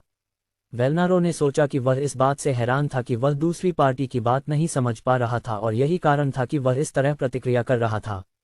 उसने मुस्कुराते हुए कहा, बस यही हालात हैं। हम नहीं समझ पा रहे हैं कि यह आदमी क्या कह रहा है और हमें विश्वास है कि वह खुद भी नहीं समझता कि हम उससे क्या पूछ रहे हैं। अंत में इस पर हम कुछ नहीं कर सकते। विवान का दिल उस क्षण तेजी से धड़क रहा था क्योंकि वह उस भाषा को समझ सकता था जिसमें दाढ़ी वाला आदमी बोल रहा था। इसके अलावा वह सब कुछ समझ रहा था जैसे कि वह उसकी मातृभाषा हो। उसकी आंखें उत्साह से चमक उठी, लेकिन उसका चेहरा गंभीर रहा। वह यह नहीं दिखा सकता था कि वह इसे समझ रहा है जब तक कि वे इसके बदले कुछ न करें। उसने वेलनारो की ओर देखा और शांत स्वर में कहा, भुगतान करो। जैसे ही उसने ये कहा, उसने वेलनारो की ओर अपना हाथ बढ़ाया जैसे वह अपनी भुगतान की प्रतीक्षा कर रहा हो। क्या? उसके शब्दों ने कमरे में मौजूद सभी को चौंका दिया, और आश्चर्यजनक रूप से दाढ़ी वाला आदमी भी चौंका गया। हालांकि ये सवाल था कि क्या उसने विवान की बात समझी या वह बस दूसरों के आश्चर्य में शामिल हो रहा था। तुम क्या कह रहे हो विवान? वेलनारो ने उलझन में पूछा। उसे समझ नहीं आया कि भुगतान का मुद्दा कहाँ से आया। ये समझते हुए कि वह बहुत उत्साहित हो गया था कि वह ठीक से बात नहीं कर सका, विवान ने अपना हाथ वापस खींच लिया और फिर से बोला, भुगतान करो और मैं तुम्हें बताऊंगा कि वह आदमी क्या कह रहा था। तुम क्या उम्मीद कर रहे हो कि मेरी सेवा मुफ्त में होगी? विवान, ये समझते हुए कि वह बहुत उत्साहित था और इसलिए वह चीजें सही तरीके से नहीं कह सका, उसने अपना हाथ वापस खींच लिया और फिर से बोला, भुगतान करो और मैं तुम्हें बताऊंगा कि उस आदमी ने क्या कहा। क्या तुम मेरी सेवा मुफ्त में उम्मीद कर रहे हो? वेलनारो और अन्य लोग विवान की ओर चौड़ी आंखों से देख रहे थे। ये स्पष्ट था कि कोई भी इस पल में ये विश्वास नहीं कर पा रहा था कि वह वास्तव में ऐसा कह रहा है। यह नहीं था कि वे ये विश्वास नहीं कर पा रहे थे कि वह भुगतान मांग रहा है, ये तो समझ में आने वाली बात थी क्योंकि उन सभी मास्टरों को भी आने से पहले भुगतान किया गया था। लेकिन जो बात उन्हें विश्वास नहीं हो रही थी वह ये थी कि विवान वास्तव में उस दाढ़ी वाले आदमी की बोली गई भाषा को जानता था। यह उनके सभी पूर्वानुमानों से पूरी तरह अलग था, और यह वह क्षण था जब जो लोग पहले विवान से नाखुश थे वे आगे आए और अपनी बात कहने लगे। तुम क्या बकवास कर रहे हो? क्या तुम कह रहे हो कि तुम वास्तव में उस आदमी की बोली गई भाषा बोल सकते हो? मत सोचो कि तुम कुछ हो और हमारा समय बर्बाद मत करो। एक गंजा मध्य आयु का आदमी बोला जब उसने विवान को देखा।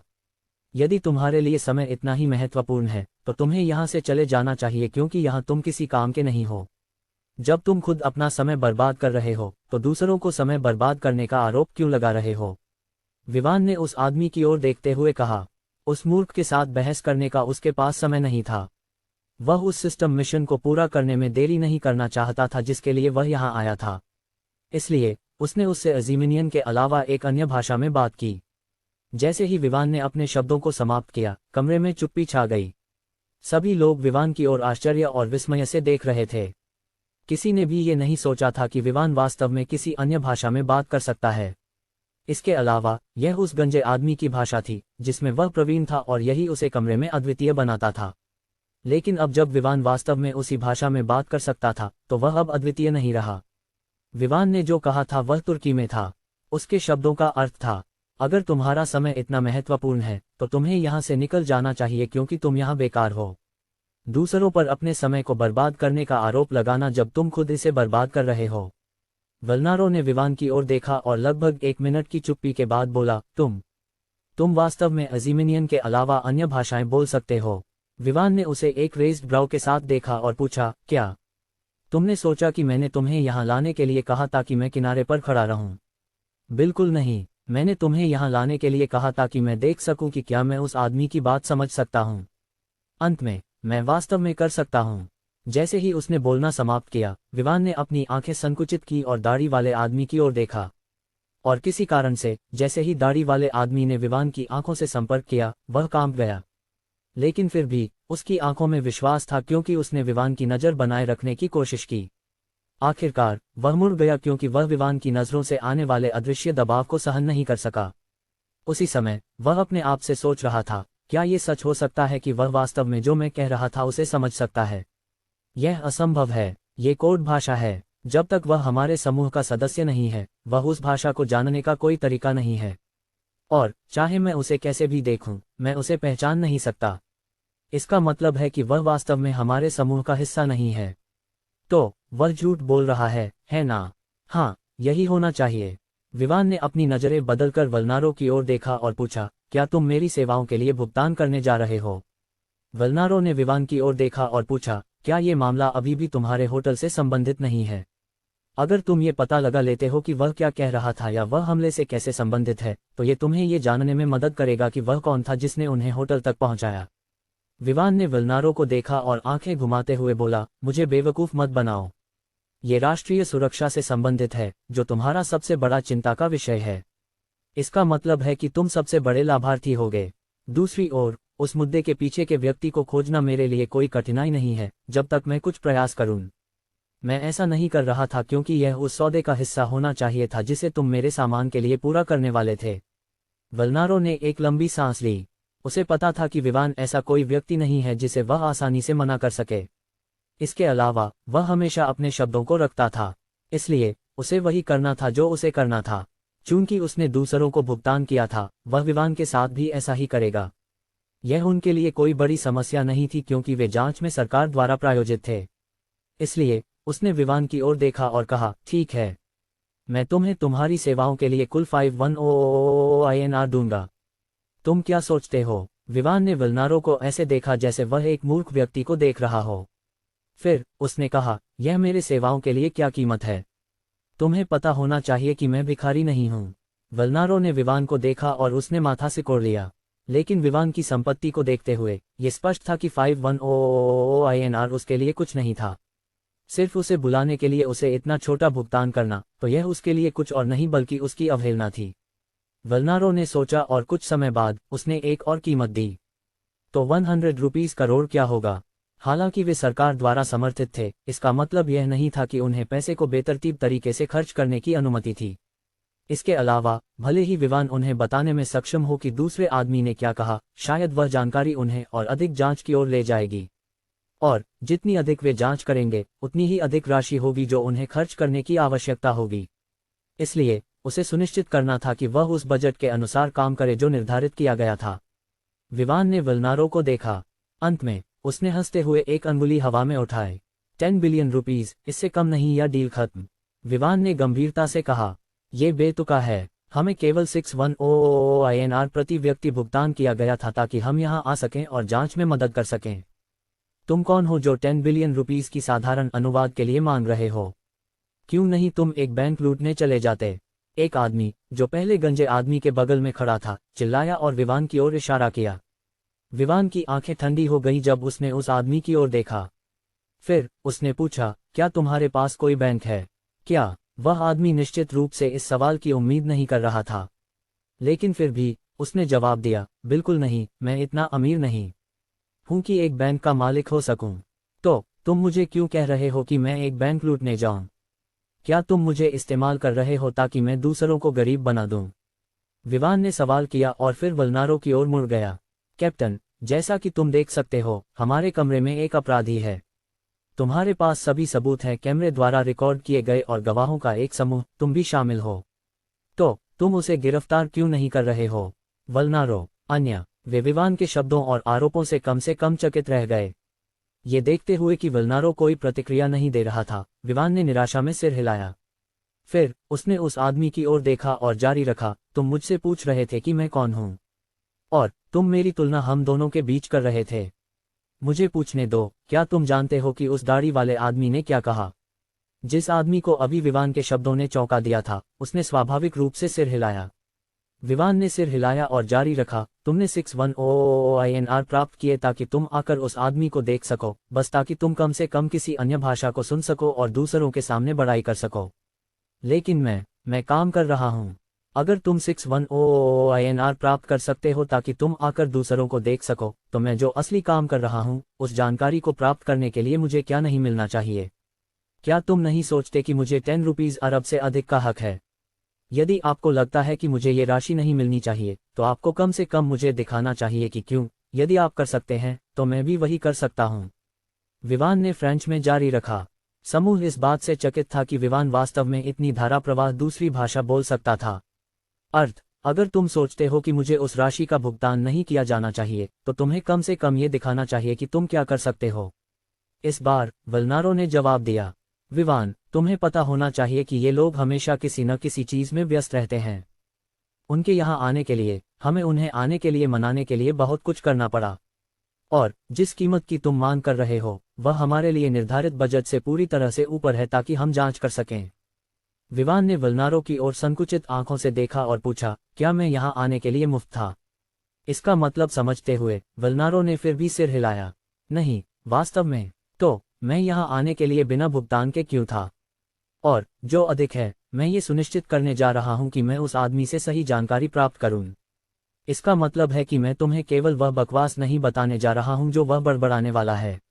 मुझे ये सुनिश्चित करना होगा कि जानकारी उस जांच से संबंधित है जो चल रही है। तो अगर पैसे पर्याप्त नहीं हैं तो क्या तुम हमेशा और अधिक के लिए अनुरोध कर सकते हो? आखिरकार हम करों का भुगतान करते हैं। अगर और अधिक लोग मर जाते हैं तो सरकार को मिलने वाली राशि कम हो जाएगी। वल्नारो कुछ समय के लिए चुप रहा क्योंकि उसने विवान के शब्दों में सच्चाई पर विचार किया। उसे भी पता था कि यह सच था कि विवान को जानकारी उस तरीके से प्राप्त करनी थी जो वे चाहते थे और न कि दूसरी पार्टी जो उन्हें बताना चाहती थी। अन्य शब्दों में, यह ऐसा था जैसे वे विवान को छोड़ रहे थे, जो एकमात्र व्यक्ति था जो वास्तव में दूसरे आदमी के शब्दों का अनुवाद कर सकता था। ठीक है, लेकिन मैं तुम्हें अधिकतम 1 बिलियन रुपीस दे सकता हूँ। इससे अधिक नहीं, क्योंकि यह अगले 3 वर्षों के लिए मेरी कंपनी के बजट में खा जाएगा। वल्नारो ने अपने दांतों को पीसते हुए जवाब दिया, कैप्टन, तुम ऐसा नहीं कर सकते। रॉबिन, एक सहायक कप्तान ने कहा जब उसने वल्नारो को आतंकित नजरों से देखा। वल्नारो ने उसे देखा और कहा, तुम्हें चिंता करने की जरूरत नहीं है, मैं सभी जिम्मेदारी उठाऊंगा। रॉबिन केवल चुप रह गया क्योंकि उसने देखा कि वल्नारो कितना दृढ़ था। ये स्पष्ट था कि वह अपने निर्णय को बदलने वाला नहीं था। अब यह अच्छा है, मुझे लगता है कि हमें अनुबंध पर हस्ताक्षर करने होंगे। और फिर विवान बस बात कर रहा था जब उसे रुकना पड़ा। कार्य पूरा हुआ। पेशेवर मानव भाषा कौशल अब स्थायी रूप से मेजबान का है। विवान, कार्य पूरा हुआ। पेशेवर मानव भाषा कौशल अब स्थायी रूप से मेजबान का है। विवान उस सिस्टम प्रॉम्प्ट से हैरान था जो उसके सामने आया था। उसने कभी उम्मीद नहीं की थी कि वह अभिनय शुरू करने से पहले ही सिस्टम वास्तव में ये दावा करेगा कि उसने उस मिशन को पूरा कर लिया है जो उसे सौंपा गया था और उसे पहले से ही इनाम मिल गया था। सिस्टम, क्या प्रॉम्प्ट के वितरण में कोई देरी थी या कुछ? विवान ने सिस्टम से पूछने से खुद को रोक नहीं पाया। कम से कम वह प्रॉम्प्ट के प्रकट होने और सिस्टम कार्य की पूर्णता से चकित रह गया था। ये सच है, मेरी ओर से थोड़ी देरी हुई। मैं बस ये सुनिश्चित करना चाहता था कि मास्टर वास्तव में आश्चर्यचकित हों और न कि नाखुश। और यही कारण है कि मिशन की पूर्णता का संदेश इस क्षण में आया। विवान ने अंततः समझ लिया कि क्या हो रहा है। जबकि वह कमरे में सभी को आश्चर्यचकित करने की योजना बना रहा था जब वह उस दाढ़ी वाले आदमी की तरह ही भाषा में बात करना शुरू करेगा, सिस्टम ने पहले ही सोच लिया था कि वह उन्हें आश्चर्यचकित कर चुका है। लेकिन फिर भी विवान ने सोचा कि शायद वह उन्हें और भी आश्चर्यचकित कर सकता है। क्या कुछ गलत है विवान? वल्नारो ने देखा कि विवान अचानक चुप हो गया और सोचा कि शायद कुछ गलत है। इसलिए उसने पुष्टि करने के लिए पूछने से खुद को रोक नहीं पाया।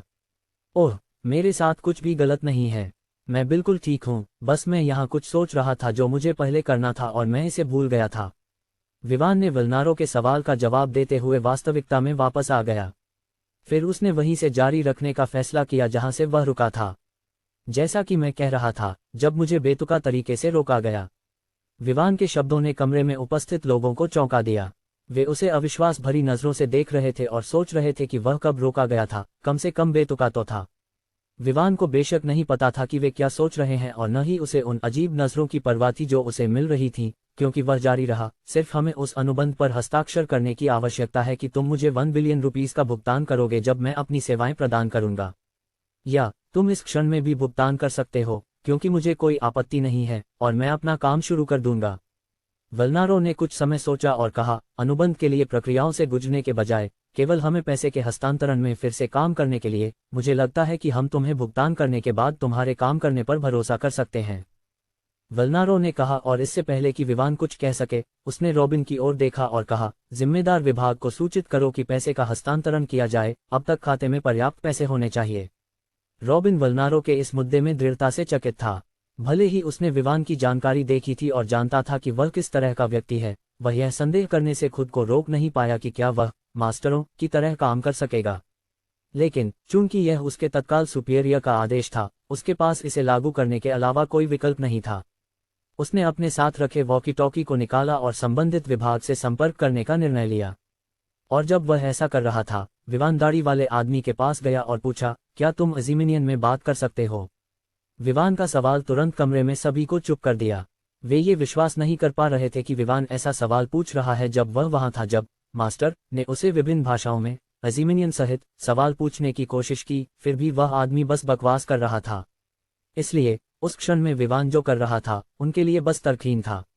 दाढ़ी वाला आदमी भी विवान को ऐसे देख रहा था जैसे वह एक मूर्ख को देख रहा हो। वह सोच रहा था कि विवान का जवाब कैसे दिया जाए। कुछ समय बाद उसने जवाब सोच लिया और उसे तुरंत बोल दिया, मैं यह नहीं कह रहा हूं कि मैं कुछ नहीं समझता। ओह माफ करना, मैं बहुत ज्यादा सोच रहा था। खैर, मैं सिर्फ ये कहने की कोशिश कर रहा हूं कि सिर्फ इसलिए कि मैं सब कुछ नहीं समझता, इसका मतलब यह नहीं है कि मैं बिल्कुल कुछ नहीं समझता। और भले ही ये वही बात हो जो तुम कहना चाहते हो, इसका यह मतलब नहीं कि तुम इसका सही अर्थ जानते हो। विवान ने उसका जवाब सुना और सिर हिलाते हुए पूछा, क्या तुम मुझे बता सकते हो कि वह कौन था जो मेरे होटल ग्लेज होटल से जुड़ा था? कमरा फिर से चुप हो गया। वल्नारो और अन्य एक दूसरे को देखने लगे और फिर विवान की ओर देखा। अंत में वे केवल सिर हिलाकर रह गए, क्योंकि उन्हें नहीं पता था कि विवान उस दाढ़ी वाले आदमी के साथ क्या खेल रहा है। इसलिए उन्होंने ये देखने का निर्णय लिया कि विवान क्या करने जा रहा है। ये लड़ाई उस होटल में नहीं हुई थी, बल्कि एक ऐसी जगह पर हुई थी जिसे सोरिंग ईगल कहा जाता है। ये लड़ाई इसलिए नहीं हुई कि कोई नियम लागू करना चाहता था। दरअसल वे लोग यह दिखाने की कोशिश कर रहे थे कि हमारे लोग ग्लेजी होटल के नियमों को तोड़ रहे हैं। लेकिन चीजें वैसी नहीं थी जैसी वे दिख रही थीं, क्योंकि इसमें हमारे ही लोग शामिल थे। फिर बाद में अफवाहें फैलने लगीं। अगर मैं इसे ठीक से समझा सकता तो मामला साफ हो जाता। ठीक है, तुम्हारा बेस कहाँ स्थित है? विवान ने फिर से सवाल किया। उसी समय उसके चेहरे पर एक जोमें थी, जैसे वह उस आदमी की बात समझ नहीं पा रहा हो। और जब उस आदमी ने विवान की जोमें देखी तो वह उत्साहित हो गया और जानकारी देना जारी रखा, क्योंकि कोई भी उसे समझ नहीं सकता था। तुम हमारे काम में दखल क्यों दे रहे हो, जबकि इसकी जरूरत भी नहीं है? अगर तुम्हें किसी और प्रांत में जाना है तो जाओ, लेकिन यहाँ पूर्वी क्षेत्र में सब कुछ नियंत्रण में है। वह आदमी अपने बारे में और अपने बेस के बारे में अधिक जानकारी देने लगा। वह आदमी कम से कम कहने के लिए संकोची नहीं था। विवान दूसरी ओर उसे जोमें और थोड़ी उलझन के साथ सुन रहा था। कुछ समय बाद विवान के लिए बहुत सारी जानकारी प्रकट हो गई। कमरे में अन्य लोग चुप रहे और किनारे से ये देखने लगे कि विवान क्या करने की योजना बना रहा है। तुम्हें 1 बिलियन रुपीस प्राप्त हुआ। गुणक लागू किया गया। तुम 100 रुपीस अरब प्राप्त करते हो। पहला आय इनाम के रूप में तुम्हें एक मुफ्त कौशल स्लॉट मिलता है, जिसे तुम अपनी पसंद के कौशल को चुनने के लिए उपयोग कर सकते हो। जैसे ही विवान ने सिस्टम प्रॉम्प्ट देखा, उसने गहरी सांस ली। वह उम्मीद कर रहा था कि उसे किसी भी क्षण पैसे मिलेंगे। और अब जब यह आ गया है, तो अगर वह यहाँ पूरा करने वाले कार्य को पूरा करता है तो कोई समस्या नहीं होगी। आखिरकार उसने यहाँ बहुत सारा समय बर्बाद किया था, जब वह मिशन जो उसे यहाँ लाने वाला था पहले ही पूरा हो चुका था। उसने वल्नारो की ओर देखा और मुस्कुराते हुए कहा, मैंने पहले ही उस मिशन को पूरा कर लिया है जिसके लिए तुमने मुझे भुगतान किया था। मैंने जांच के लिए तुम्हें आवश्यक सभी जानकारी प्राप्त कर ली है, और मुझे लगता है कि तुम्हें दूसरों को भेजना होगा, क्योंकि यह जानकारी काफी संवेदनशील है। वल्नारो ने विवान की ओर संकुचित आंखों से देखा। उसे संदेह था कि क्या विवान वास्तव में उन्हें आवश्यक जानकारी प्राप्त कर चुका है, क्योंकि उसने देखा था कि विवान ने सवाल पूछते समय कैसा चेहरा बनाया था। लेकिन फिर भी उसने निर्णय लिया कि वह विवान पर भरोसा करेगा, जैसे उसने विवान के खाते में पैसे के हस्तांतरण का आदेश दिया था। उसने कमरे में अन्य लोगों की ओर देखा और फिर रॉबिन और अन्य उपकप्तान की ओर देखा। उसने उसे सिर हिलाते हुए कहा, तुम्हें उन्हें भेज देना चाहिए। लेकिन इस क्षण में एक बूढ़ी महिला ने बोलना शुरू किया। मुझे पता है कि तुम राष्ट्रीय सुरक्षा से संबंधित महत्वपूर्ण मामलों के बारे में बात करना चाहते हो, इसलिए हम तुम्हें असुविधा नहीं देंगे। लेकिन मेरे पास तुमसे एक अनुरोध है, युवा आदमी। मुझे नहीं पता कि क्या तुम मेरा अनुरोध पूरा कर सकते हो। जैसे ही उसने कहा, उसने विवान की ओर देखा। विवान ने बूढ़ी महिला की ओर देखा और कहा, यह इस बात पर निर्भर करता है कि क्या मैं वह कर सकता हूं जो तुम मुझसे पूछोगी या नहीं। बूढ़ी महिला ने सिर हिलाया और अपने झुर्रियों भरे चेहरे पर मुस्कान प्रकट की। फिर उसने कहा, तुम्हें चिंता करने की जरूरत नहीं है, युवा आदमी। मैं कोई असामान्य अनुरोध नहीं करने जा रही हूँ। मैं केवल चाहती हूँ कि तुम अपने फुर्सत के समय में हमारे विश्वविद्यालय में आओ ताकि हम इस व्यक्ति द्वारा बोली गई भाषा के बारे में थोड़ी चर्चा कर सकें। उसने अपनी वाक्य के अंत में दाढ़ी वाले आदमी की ओर इशारा किया। विवान ने कुछ समय सोचा और कहा, मुझे लगता है कि यह संभव है, लेकिन मैं यहाँ कैप्टन से तुम्हारे संपर्क विवरण प्राप्त करूंगा ताकि हम उस व्यवस्था के बारे में आगे बात कर सकें।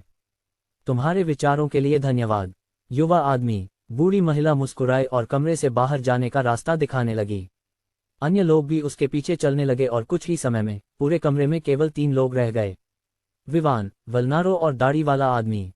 ठीक है, मुझे लगता है कि हम अंततः उस जानकारी के बारे में चर्चा कर सकते हैं जो मैंने प्राप्त की है। क्या तुम उस क्षण का वीडियो प्राप्त कर सकते हो जब इस आदमी ने बोलना शुरू किया ताकि मैं तुम्हारे लिए अनुवाद कर सकूं? विवान ने जैसे ही अंतिम व्यक्ति कमरे से बाहर गया, पूछा। वल्नारो ने सिर हिलाया और फिर अपने वॉकी टॉकी का उपयोग करके दूसरे छोर पर एक व्यक्ति से संपर्क किया, और लगभग 10 मिनट बाद एक व्यक्ति लैपटॉप और एक फ्लैश डिस्क के साथ आया। वल्नारो ने लैपटॉप का संचालन किया और कुछ ही समय में उसने वीडियो खोल लिया। विवान ने लैपटॉप संभाला और वीडियो को उस मिनट पर ले गया जब उस आदमी ने पहली बार उस भाषा में बोलना शुरू किया। क्या तुम बेवकूफ़ हो या नहीं? अगर तुम सोचते हो कि वे जो कह रहे हैं वह तुम्हें समझ में नहीं आ रहा है तो रुको और सुनो। सुनते रहो, लेकिन यह मत सोचो कि मैं तुम्हें जबरदस्ती समझाने की कोशिश कर रहा हूँ। TN, अगर तुम सोच रहे हो कि मैं कुछ ऐसा कहूंगा जिसे तुम समझ सको तो इंतजार करते रहो। तुम इंतजार करोगे लेकिन मैं अजीमिनियन में नहीं बोलूंगा। है, भगवान ही जाने, मैं नहीं जानता था कि वे लुहिया भाषा नहीं जानते। खैर, मैं केवल उत्तर दे रहा हूं जो वे पूछ रहे हैं। गलती मेरी नहीं है बल्कि उनकी है।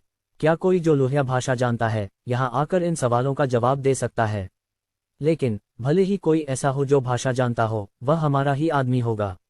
मैं सिर्फ जवाब देने की कोशिश कर रहा हूं, यह नहीं कह रहा कि मैं सब कुछ जानता हूं। भगवान अच्छा है, जो लोग मुझे गिरफ्तार करने आए हैं वे नयाला, एक लुहिया उपभाषा में बात नहीं कर सकते। इसलिए मैं जब भी वे सवाल पूछते हैं उन्हें गालियां देना चाहता हूं। गलती मेरी नहीं है, यह उनकी है। वे क्यों नहीं पहले किसी ऐसे व्यक्ति को खोज लेते जो नयाला भाषा में प्रवीण हो, फिर वापस आकर ये सभी सवाल पूछें। लेकिन भले ही वे किसी को खोज लें जो नयाला भाषा बोल सकता हो, वह व्यक्ति हम में से एक होना चाहिए। मुझे नहीं लगता कि वह इन सवालों को पूछने की कोशिश करेगा।